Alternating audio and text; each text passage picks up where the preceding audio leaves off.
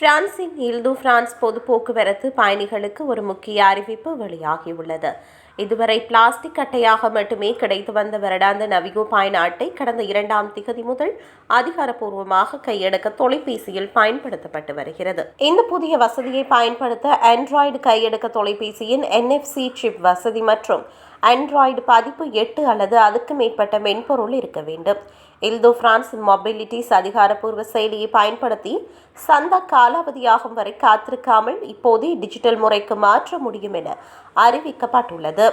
செயலியில் உள்நுழைந்த பின்னர் on my phone என்பதனை அழுத்த வேண்டும். செயலி உங்கள் சந்தாவை தானாகவே கண்டறிந்து சில எளிய வழிமுறைகளை பின்பற்ற கேட்கும். செயல்முறையை பூர்த்தி செய்ய உங்கள் நவிகோ அட்டை உங்கள் கையடக்க தொலைபேசி பின்புறத்தில் வைத்து ஸ்கேன் செய்ய வேண்டும்.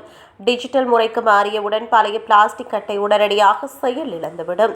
இனி நீங்கள் அட்டையை பயன்படுத்தி மெட்ரோ அல்லது பேருந்துகளில் பயணிக்க முடியாது.